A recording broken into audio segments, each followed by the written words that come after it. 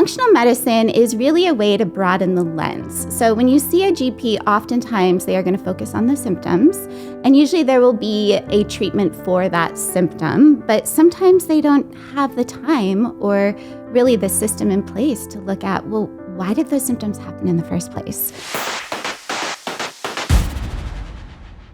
Hey guys, welcome back to another episode. Today, you guys are going to be pumped. I have Dr. Marie Agnew. Now, Dr. Marie Agnew is a functional medicine doctor, but she's much more than that. In fact, she's somebody that I turned to for my health last year. And we were so lucky to have her here with the men from the Inner Circle. And if you don't know, the Inner Circle is one of our highest level mastermind groups where guys contribute a decent amount of capital, but certainly a decent amount of time to up level. And we bring the best of the best together. And Marie is just one of those people. She is the owner of Shift and is a functional medicine clinic with other practitioners, including nutritionists, that are going to guide men like us and our wives through a practice to make sure that it's holistic in nature, that it's taking care of the whole body, inside and out. And not only that, but she is a mother, a wife. She's got 2 kids. And she is an outdoor enthusiast, mountain biking, snowboarding, doing all the fun stuff, it seems like. So Marie is going to knock down for us today things that we need to know as busy men and as busy family members of what we get to do with our health. Thank you so much for being here, Marie. Yeah, thanks for having me. And I have to say, I love what you guys are doing. I love the mission that you have. I see women in practice often, and they are often reporting that they feel lonely, or they feel almost abandoned by their husbands. You know, their husbands are bringing home money, they're provided for, but they feel like they just want more. They want more relationship with their partner. And I love that you guys stand for, you know, the husbands being more present, more present with the family, with the kids. I think it's just such a great mission. So thank you for what you guys are doing. Well, thank you. Yeah. We got a great group of men. Yeah. And we have a lot of women that listen to this show. So we get them writing in too. It's pretty funny. And just as a service announcement, we do get a lot of single women asking. We don't have a directory where they can find some of these guys. You should probably start one. Yeah, it's been a thought. Well, you've been such a great, help along my journey as we go through. And I've talked about this on the show. Last year, it became so important to me to grow this movement and to get it to the place where it is today that I put a lot of things on the back burner, knowing it was going to be a season for me.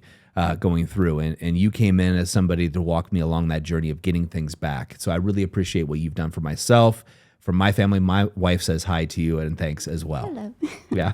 Yeah, you're very welcome. It was a joy to work with you. And at the time, I mean, like you said, you were working so hard on building the business. A lot of people I find, when they focus just on the business or on other things, they can really leave their health kind of to the side. And it can be a process to get back. Right. So I appreciate how hard you worked. You really were very engaged and fun to work with. Well, thank you. Yeah. Well, let's first talk about what the heck is functional medicine and how is that going to differ from my GP?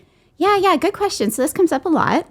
Functional medicine is really a way to broaden the lens. So when you see a GP, oftentimes they are going to focus on the symptoms, and usually there will be a treatment for that symptom, but sometimes they don't have the time or really the system in place to look at, well, why did those symptoms happen in the first place? What is the environment that caused that symptom to occur? So an example might be, let's say somebody comes in with a chief complaint of insomnia. So a lot of people struggle from insomnia. Sure. They go to their GP, they might be offered a medication. They might be even offered supplements, but really that symptom is going to be focused on.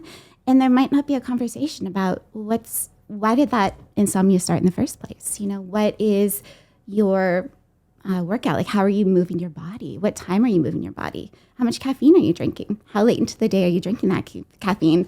What type of nutrition are you taking in? Are you on screens before bed? Are you stressed before you go to bed? You know, really, what is the environment in which that insomnia started in the first place? And with functional medicine, we're able to really look at all of those systems and really ask those questions about, why is this starting in the first place?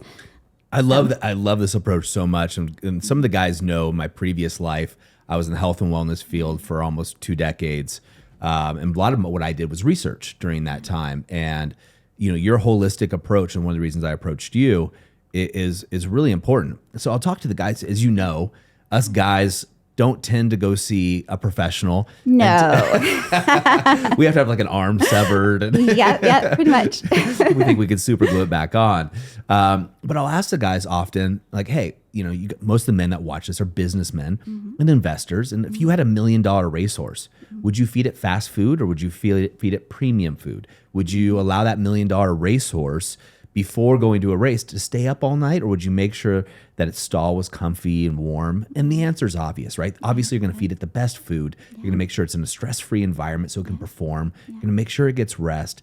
Yet, we don't do it ourselves. Why do you think that is? I think that a lot of times the focus will be outside. And I think that a lot of times there's so much focus on the business and all the other outside things that we can kind of lose track of ourselves. And, it might be a week or 2 weeks, and then suddenly we get out of the habit of taking care of ourselves. And then the narrative changes. So I think that really focusing on the day-to-day, and then also not letting ourselves get too caught up in when habits start to change. Because, how do I say this better? So when people start to feel guilt and shame over maybe having some habits change for the negative, then it becomes kind of a snowball effect. And if they can catch that inner narrative and really say, all right, so, maybe I had fast food last night. That was a mistake. I don't feel great today, but I'm not going to repeat it. I'm not going to do it again. Keep that narrative really positive, and then that helps with the habits to be in a better place. So I really think it's a focus issue, but also a self-narrative issue. Yeah. Sometimes I think that as men, especially, and I'm not saying women don't have this too, I think women do, but men in particular, we think that our self-worth is in our ability to provide, right? And so our constant focus on business, providing, and competing, and so then we look at our health, we don't actually pay attention to it, it becomes a problem. Yeah. Right. Whether it be our weight's an obvious one because you can see it in the mirror. Right. And over time, a guy looks in the mirror and goes, oh, crap. I look horrible. Where'd that come from? Yeah. But then there's the inner health. Right. And as men get older, they start to notice these things because we've seen our fathers and people around us, prostate cancer, heart attacks, strokes, and things of that are more traditional. What do you think it takes for a guy to get to the point where they're going to seek out a professional like you and look at this holistically to make sure that they're moving forward? Yeah, great question. I mean, I think historically you're right. I think there needs to be a severed arm or something very major that's popping up. But I think that, having the outlook of how do I change my health trajectory? So 10 years, 20 years, 30 years down the road, I'm in a good place, and realizing that what you do now influences that. So I think having that in mind can be really helpful.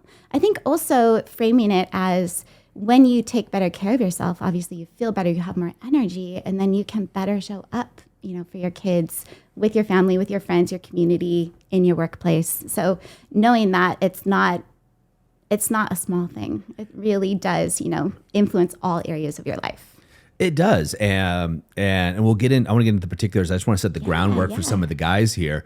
My frame of reference is always a couple things. One, I'm competitive. I like to be active, but I also want to be competitive in business. And I know that if my body's trashed, that's connected to my mind, 100%. My attention, my focus, and the healthier I can be inside, the better I can perform in the boardroom. Absolutely. And the bedroom, which is important to a lot of guys as well. Well, all the guys, I'm going to say. Yeah. And then another thing that's important that I'll talk to some of the men about when they're on the fence, Marie, is like my daughter's turning 4. We talked about this. She turns 4 on Monday. I want to be able to walk her down the aisle. I want to be around, and I don't want to be that dad that's like, oh, I just can't because I don't have enough energy, or I can't do that because of whatever reason. I want to be the dad that's there, that's present, and that's able to go snowboarding or skiing with her 20 years from now, let alone 5 years from now. Absolutely. Absolutely. And even thinking about the grandkids someday. I mean, that's important too, right? You want to be able to get on the floor and crawl around with the grandkids, do all the things. And so I think that perspective is really helpful. And I would be curious what you think. I mean, why is it that a lot of men really aren't as proactive as women? Because we definitely see that in my practice. Oh, I can tell you exactly what it is. It's exactly... So we were talking about how many people watch these shows, and it's a lot of people download because we can see the statistics. Yeah. And I can also tell you that most of the men watching this are on the fence about joining a program like The Powerful Man or another one. That's why we always tell them join anything. It's the classic thing that guys don't ask for directions. Yeah. Okay. Right? Yeah. Guys don't ask for help. The ironic thing is the men that you see successful do, Interesting. right? Because they set their ego aside and they move forward. You see this in business all the time, right? Yeah. The most successful CEOs that I know are guys that surround themselves with smart people and ask for help and don't pretend like they know everything. Yeah. I think the issue is as men, we've been so conditioned to try to figure it out ourselves because we think in our psyche, subconsciously, we've been programmed that it's a sign of weakness if I don't know the answer. Yeah. It's a sign of weakness if I need help. Yeah. And therefore, coming to someone like yourself and being proactive about my wellness could be seen in one paradigm, the older paradigm, as I'm showing that I'm weaker or I'm not strong enough. When the truth is that vulnerability of asking for help is the hardest thing. And when you do that, you're showing you're actually really more powerful because you're taking it into your own hands and you're being proactive. Yeah, absolutely. And it's also just so interesting. I mean, I guess I'm a little bit, I don't know if jaded is the right word, but I definitely feel like it's just such interesting data to get about yourself. Yeah. A lot of guys, so we have a lot of men who come to the practice because their wives tell them to come. Yep. So that happens a lot. But once they get engaged and they start seeing data come through, it's fascinating. So when you were here with, and we'll go into some of this, but when you were here with the guys, the men from the inner circle, that was so fun, by the way. it was great. It was really Such fun. a great group of guys. Yeah. And most of them, in fact, all of them are still doing the things that you and your colleague recommended. Great. And it's fantastic. Yeah. And a couple of them took deep dives in that. So guys, to give you an idea, Marie was here and she went over all the diagnostics. We'll talk about those in a second with the men, and they absolutely ate it up and they loved it. And they've one guy in particular has totally done a 180 with his health and wellness. Beautiful. And it is. And I mean, I've seen him unfortunately with his shirt off, and he looks amazing. So, but that's the outer health, right? Yeah. It's the inner health, the calmness I've experienced from talking to him, my interactions with him, the way he feels about his body, and everything else that's going on. And that's really the true measure at the end of the day. Absolutely, and that also is what will be sustainable. I mean, your inner narrative, how you feel about yourself, that will inform having good habits stay around. Yeah, absolutely. So let's talk a little bit about some of the diagnostics and what that you would go through if I was to see somebody like yourself, or if I was to go to shift your practice. What are some of the diagnostics that you have men go through typically? Men and women, of course. Yeah, so typically we'll start with a pretty broad lab analysis. We're going to look at things such as, sex hormones, so testosterone, DHEAS. We'll even look at progesterone, estradiol, which many women know are important hormones, but those are actually important in men as well. And then we're also going to look at iron levels, things like homocysteine, inflammatory markers, different nutrient status markers, fasting insulin. So we're getting a good gauge of blood sugar. We're going to look at markers for liver health, kidney health, electrolyte status. So we're getting a really good baseline set of data so that we can see, is there anything missing? Is there anything suboptimal? So we can really replete or treat that. An example might be, let's say somebody is deficient in vitamin D. So if they come in to see us, they might be feeling fatigued. Maybe their immunity is down a little bit. They're getting more sick than they typically would. If we didn't catch that, we would be hitting a wall later on in all the work that we would be doing for optimization. So it's really important to do those baseline labs first. And then oftentimes we're going to start with a gut microbiome test. And the reason we do that is with functional medicine, we really believe that the gut is the root of overall health. So the gut influences, energy, nutrient absorption, our cognition, our sense of well-being. A lot of our serotonin, which is a feel-good hormone, is actually secreted in our gut. So we start with this test oftentimes. It's called the GI map. And it's actually PCR technology. I don't know. I don't want to get too into the sciencey weeds, but I find it interesting. Yeah. So what that means is it's basically DNA amplification. So it's very sensitive, very specific to what is actually going on in the gut. There are a lot of tests out there that I would argue don't really give you clinically actionable data, and this one really does. So I found it fascinating, Maria. I helped write a textbook in my 20s on performance nutrition. Nice. And then when you and I'm only sharing that because I know better. And then when you gave me the results, the vitamin D was a shot. I know because I was super low in the vitamin D scores and a lot of other things.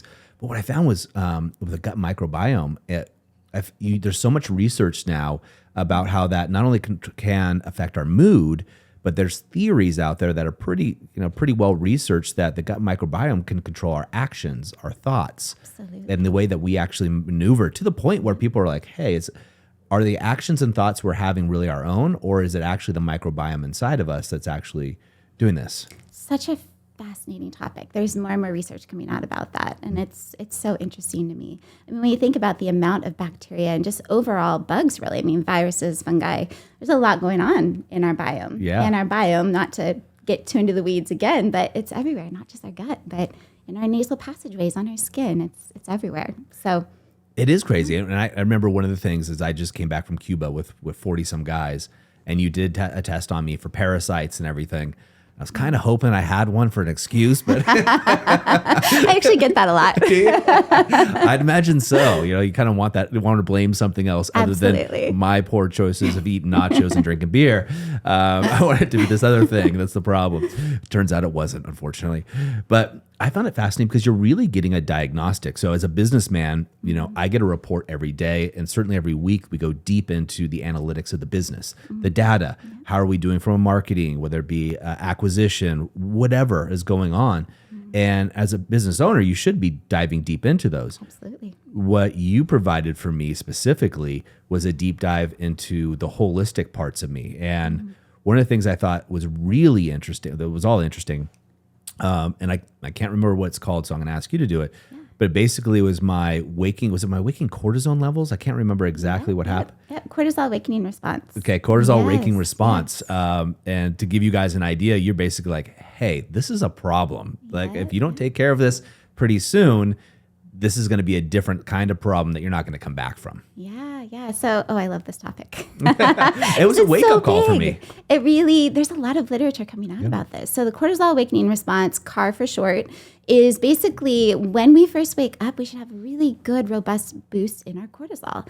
And let me just back up and say cortisol is one of the Goldilocks hormones. So it should not be too high. It should not be too low. We really want it to be right mid-range. But we want a specific, basically, pattern to the day. So we want a really robust response in the morning, a high inclination of cortisol, and then we want it to go down gradually through the rest of the day.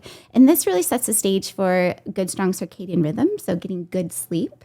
It also sets the stage for good energy and mental clarity. So a lot of people, when they've been really, working hard, doing all the things, maybe have a lot of stress, sometimes what will happen is there's a negative feedback loop that happens because they've had such high cortisol throughout the day sustained. The body basically says, hey, this is too much cortisol. I don't want any more of this. And there's a negative feedback loop that happens, thus blunting the cortisol awakening response. So then instead of having this nice mountain in the morning, people basically are just flatlined through the day. And that really can cause a lot of fatigue, like I said, sleep issues. There's actually literature that supports it also can blunt one's libido at times. There's a lot that goes on with cortisol awakening response. So I mean, I definitely can tell you from the flat line of energy, and I got to imagine a lot of guys watching this know this cycle that I was caught in. And Maria, I was caught in this, I've been in this cycle, or I was in this cycle, I should say, for probably most of my adult life, which was wake up in the morning, have a bunch of caffeine. When I was in my 20s, it'd be pre-workout drink, right? Because that was more of what I was doing. And then at night, you have something to sedate yourself, a drink or two with the buddies, to make sure that you fall asleep. And a lot of people are doing medication, so self-medication or otherwise, to calm yourself down. And then what happens? You don't have a quality night's sleep. So you wake up in the morning, you need that caffeine to get you back up, and you go back down. And so it's that kind of self-regulation loop that comes in effect, which isn't helping the body, right? Not at all. Not at all. And a lot of times, too, when people drink alcohol at night, and trust me, I'm one of them, or have been historically, it really interferes with deep sleep, too. So you wake up feeling horrible, and then you're just pounding coffee to try to get energy, and then you're really caffeinated, and it's a cycle people get caught in. So. Oh, yeah. The anxiety and everything else that comes with it. Yeah. So we're going through them. I was looking at it, and what I thought was really interesting, and because I already know some of the guys watch this. We have a lot of doctors that watch this too. Oh, great. I had a doctor friend of mine work out who specializes in performance with athletes. Wonderful. And it was almost, it was a week after you and I spoke. And I brought this up. I was like, hey man, like this is really eye-opening to me. in this response. And he goes, oh, shoot it over to me. And I shot it over. Great. And he said almost verbatim what you said. And he added one more thing. He's like, Doug, I see this all the time. You've got like 5 years. If you don't change this around, you're going to be dead. I was like, whoa. Whoa, that's a big statement. So that's kind of what Marie said, but she was nicer about it. and that's a testament to you and what you do. Is I think looking at it from this holistic perspective, it really, because you also said, hey, look, you have this going on, and here are some reasons, and here's some things we could do naturally, and also with supplementation and meditation, all the things we teach the men to do. Combine those and you can reverse this and change this around. Absolutely. And you feel so much better. Yes. I mean, it really is something that changes fairly quickly for people, and they just feel so much better. No, it's true. Yeah. What are some of the, we talked a little bit about gut microbiome, and I know we can dive into this deeply. Oh man, I could talk for days on the gut microbiome. and I would listen, and they would too. And in practice, we'll have you back for a more in-depth. I'm really curious what the guys want to dive into here. Yeah. What are some of the, I mean, you know, the men that we work with, the avatar, if you will, these are all great men. They're high performers. They're providers for their families. Most of these men have a story like I do of like, I can pull myself up my own bootstraps. I'll figure it out and they'll work. What are some of the common things that you see after their wives send them in or what have you? Hopefully we'll get more guys to come to practitioners like you around the world. And I know you can work with people all over the United States. Yes. And you've helped some of the guys that came in were from UK and Canada to the Inner Circle event. You helped them as well. What are some of the things that you're seeing these men come in with? What are the reasons, the real reasons that they're coming to see you? Well, again, 95% because their wives bring them in. Yeah. But I would say the other percentage is usually gut symptoms, feeling, I mean, not to get too graphic, but a lot of bloating or heartburn, reactions to foods. They're not sure which foods, what's going on. Sometimes, difficulty with digestion. So they might be constipated. They might have loose stool. There might be something going on there. And then sometimes just not feeling as sharp as they used to. So they're noticing things like brain fog. They might be in a meeting and they're searching for words in front of their team, and it's embarrassing. Yeah. So they really want to optimize more of their brain function and their cognition. I'd say those are the top things. We get a decent amount of men with insomnia. So, just can't get to sleep like they used to, or they get to sleep and then they wake up again, 1, 2 a.m. and their mind just starts ruminating. We see that a lot too. We see some men for sports performance. They're athletes. They are maybe just not performing as they used to. So they want to work on things like energy, mitochondrial health, and things of that sort.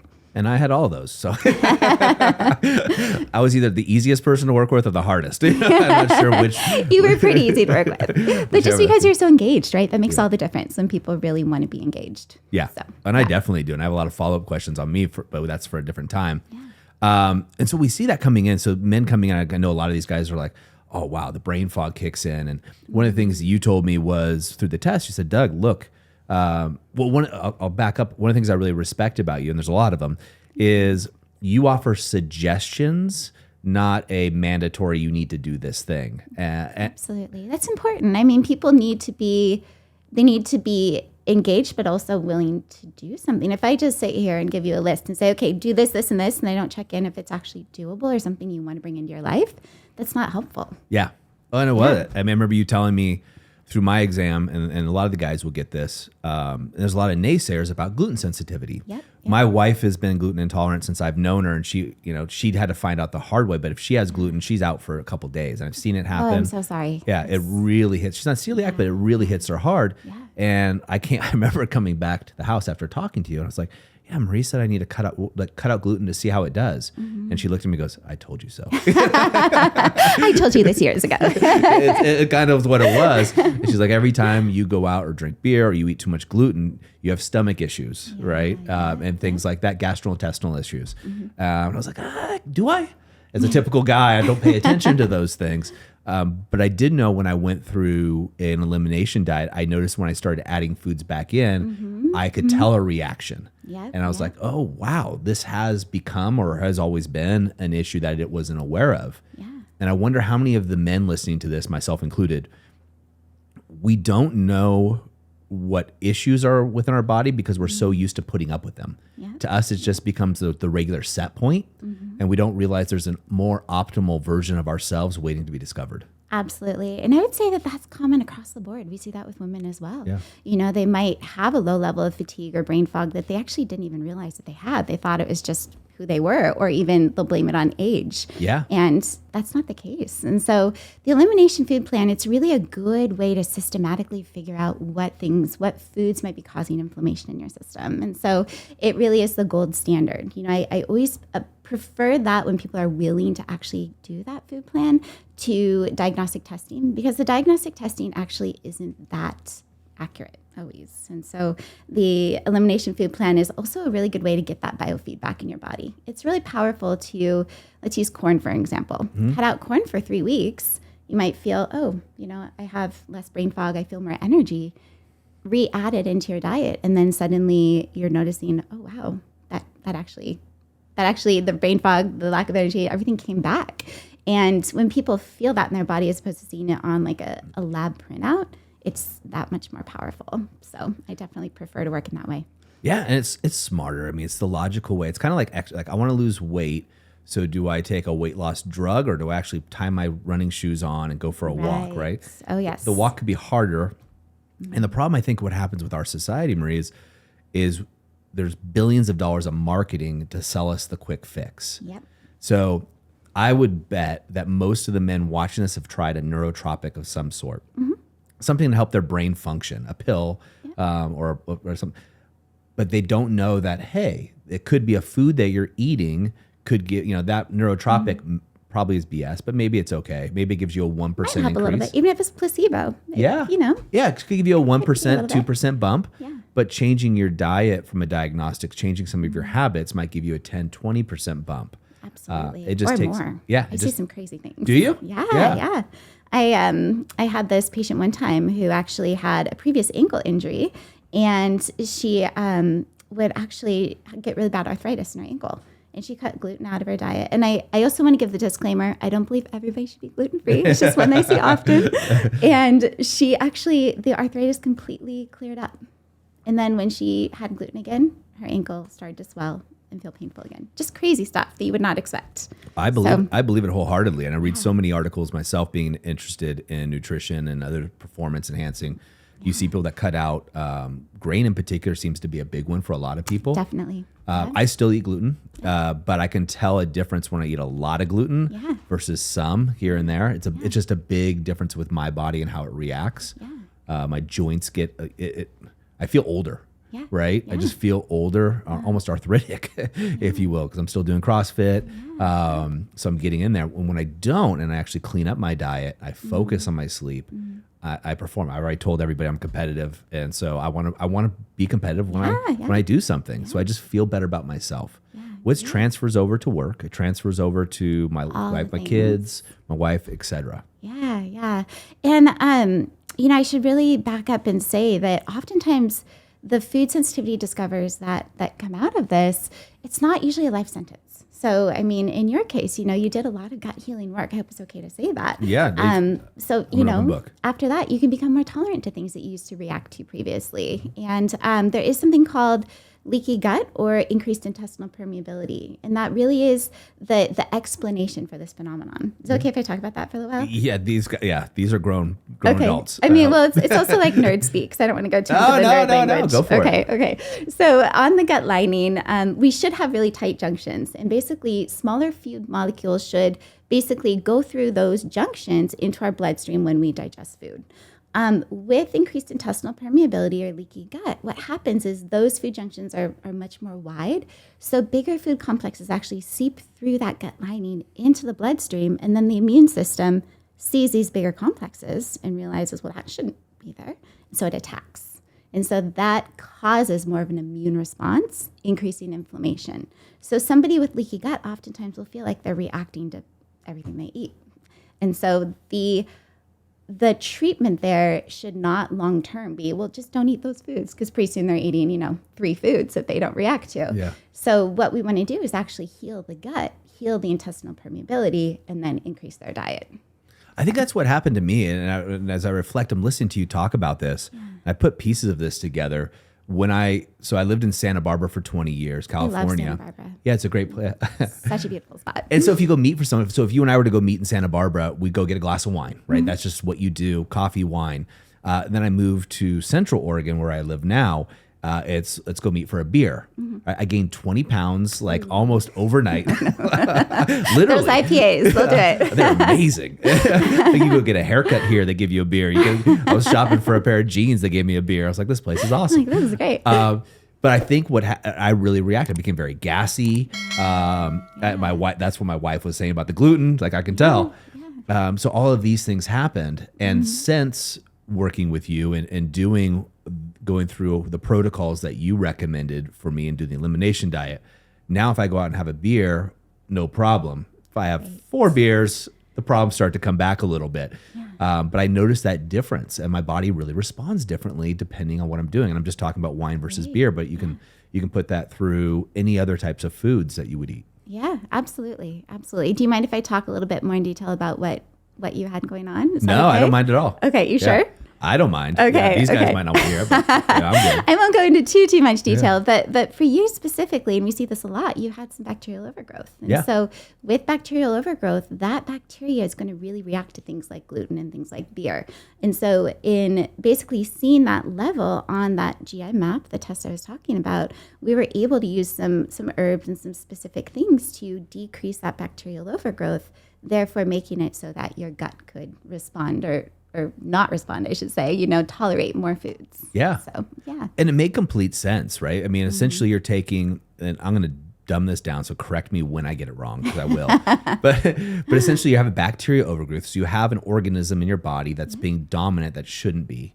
And what you're doing is you're introducing another species and not feeding it, right? You're not feeding the food that bacteria likes, and you're introducing a new bacteria that's better for you. And it becomes more dominant inside your microbiome. And so you're basically getting the good stuff in, the bad stuff out. Correct. And I would add to that, we're also giving you specific herbs to kill off the bacterial overgrowth. The other way that you described, that takes a lot longer, but that can be effective. I like to get results quicker if we can. So giving that herbs can definitely be very helpful. Yep. And I know exactly what you're talking about. And it's perfect. And it worked really, really well for me. And I know it did for the other men that I talked to that were here for the event for the Inner Circle. Yeah. So one thing that you've talked about, and I've heard other people talk about this as well, and you mentioned that men can increase their libido, right? Testosterone libido. Yep. And on the flip side of that, there's another coin that these guys would love to hear about, is that women come to you also for the same thing. Yes. We don't have to go into detail, but tell me a little bit about that and how that works. Yeah. So I see a lot of women who they feel just really fatigued, quite frankly. They're maybe working full time, and then they're also moms, and they feel like they're constantly in their heads, right? They're constantly in the to-do list, or they're home with the kiddos, working in the home, and they're constantly just being pulled in every direction. And that brings them to really live more so in their mind and in all the things that have to be done, all the organization, the kids' lunches, the activities, just all the things, right? Yeah.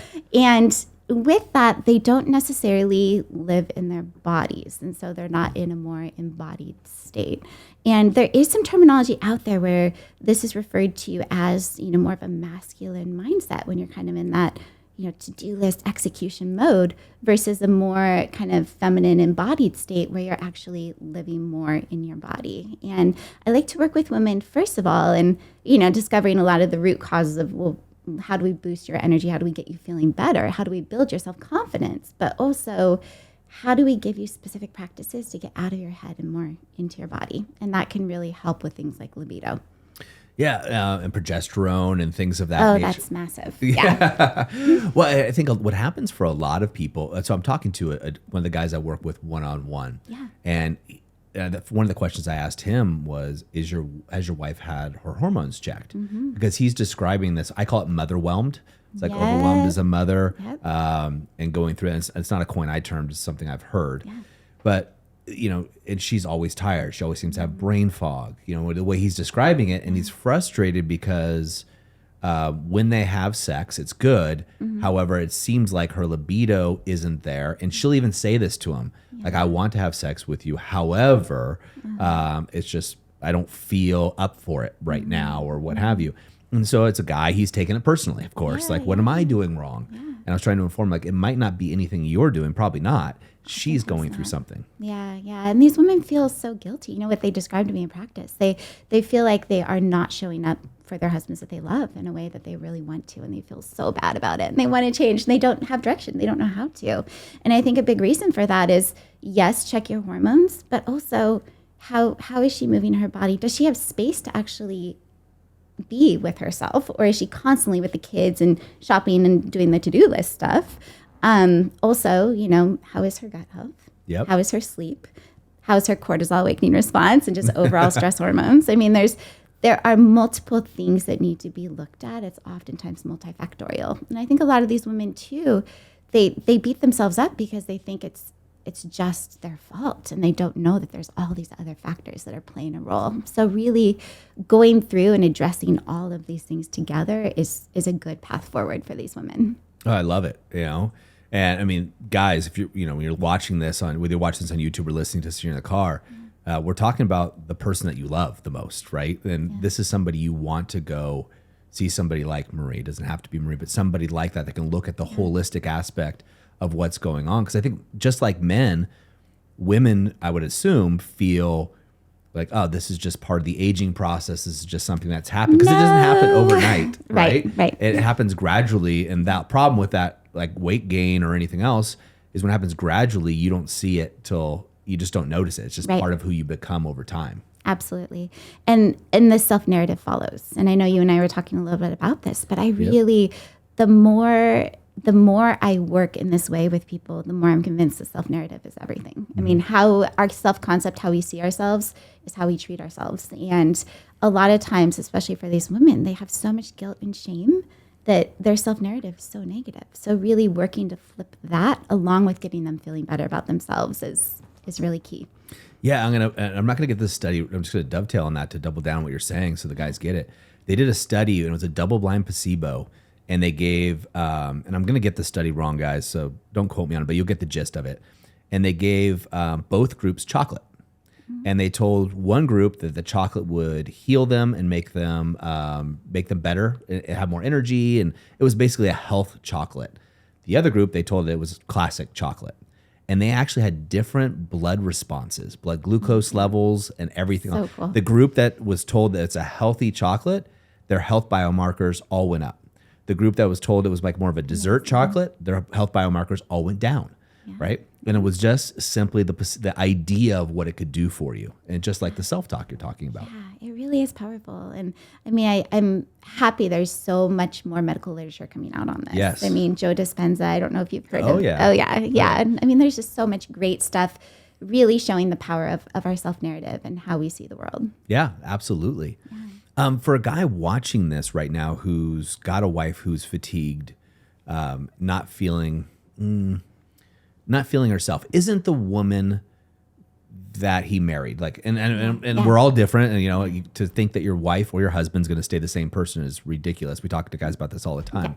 Yes. And just so you know, one of the things we tell the guys to do is we teach them to decompress after work, but also to set the mood so there's a transition time for their wives to go out of her masculine into her feminine. Beautiful. I love that you teach that. That's so great. We do. We go into it. And the guys are amazing because they'll have groups and they'll share things that work for them. So drawing a bath for one guy's wife works for him, but it might not work for somebody else. Yeah. And that's the power of the community these men have in our private community. They share everything from date nights to what works, what doesn't. Great. It's great. It really is. Yeah. So they should be doing that stuff. But if they're doing that and their wife still feels like, I just don't feel like myself, what's the first step to helping her get back on track? Great question. I would say, can I do a combination for the first step? You can. Yeah. I'm going to cheat a little bit.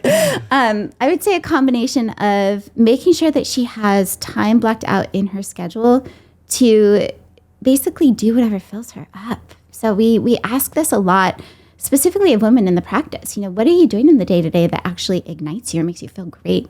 And oftentimes they're like, well, I work on my to-do list and I hit the gym, but the gym to them isn't fun. It's not filling them up. So specifically something that gives her joy.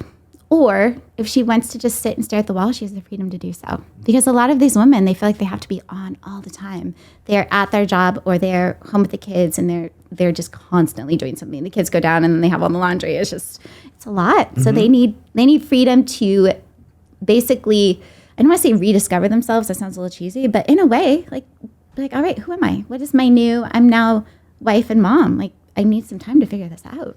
So that's big. Yeah, I can tell you 90% of the guys listening to this don't know who they are. Yeah. They just don't know who they are. Yeah, right? And that's why they focus on work. Well, yeah. And there's such a massive change that happens, right? As we, have kids, get married, start killing it in our careers.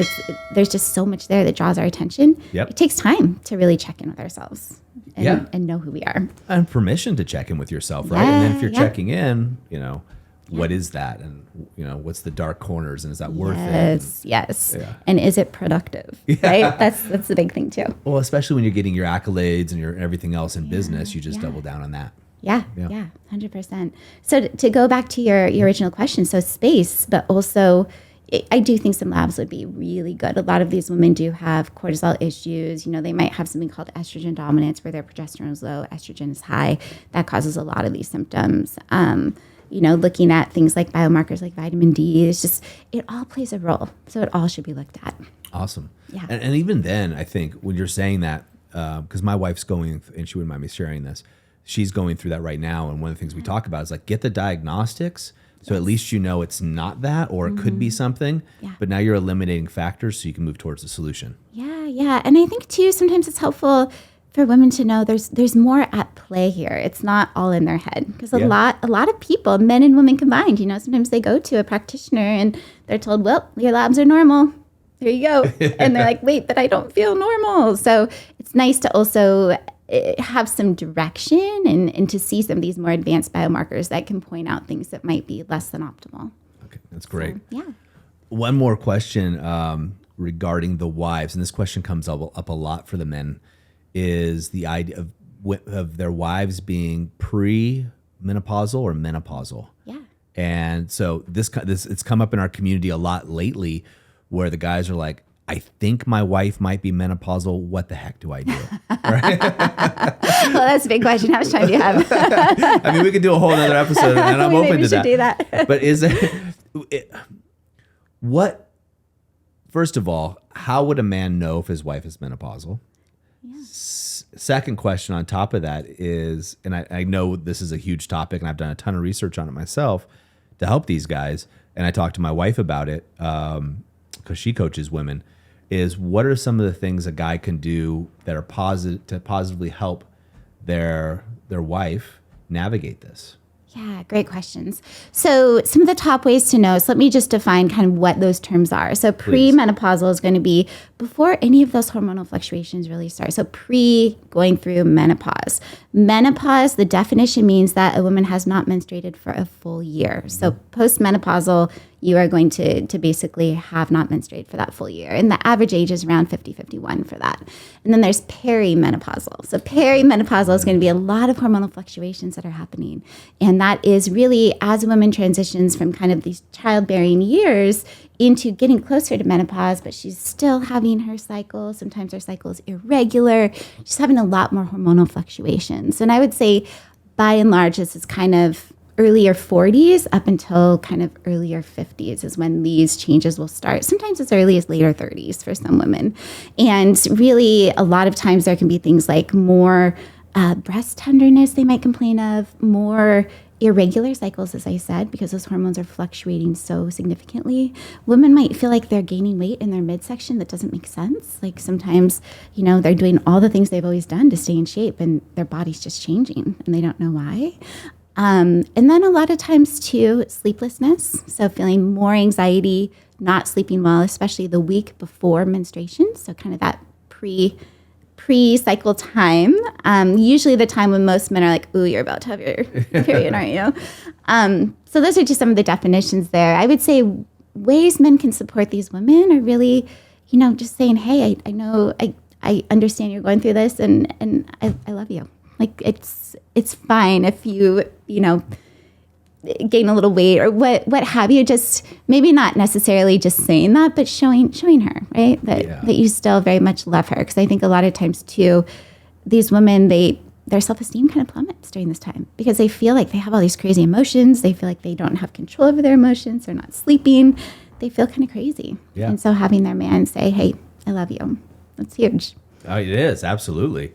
And I think it's important for the guys to understand that it's so the guys talking to guys might say, she's crazy. Mm-hmm. She knows totally feels crazy. She feels it and she's embarrassed about it. She has shame about it, typically. Yeah. And whenever there's shame and guilt, that loop comes in. And sometimes that can manifest to anger, right? Because if it's not encouraged or talked about, it gets brushed under. Yeah.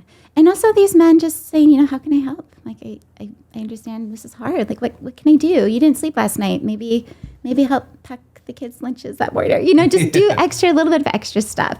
And for these women, oftentimes they want guidance too. Oftentimes, I'm a big fan of bioidentical hormone replacement when it is indicated and necessary. Mm-hmm. That can really help kind of ease that transition. And then also gut health. Looking at stress, all of those foundational pieces we've been talking about come into play. Awesome. I know what you're talking about when you talk about hormone replacement. Can you tell the guys a little bit more what you're... Yeah, definitely. So I'm a big fan of bioidentical hormone replacement. There's actually hormone replacement therapy out there that is not actually bioidentical to a woman's natural hormones. And when I say hormone replacement therapy, I basically mean giving things like testosterone, DHEA, progesterone, which is a sex hormone, and estrogen, which is a sex hormone. So when women go through kind of that transition, they oftentimes will have fluctuating hormones. So repleting some of those lower levels can be really helpful to kind of just smooth things out. Makes sense. Makes perfect sense. Yeah.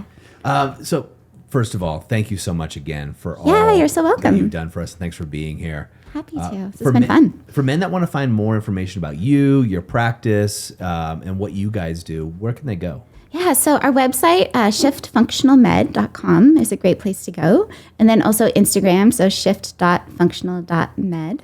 And then I'm also going to be launching a personal Instagram on top of that, Dr. Marie Agnew. And so there are quite a few places to come into contact with us.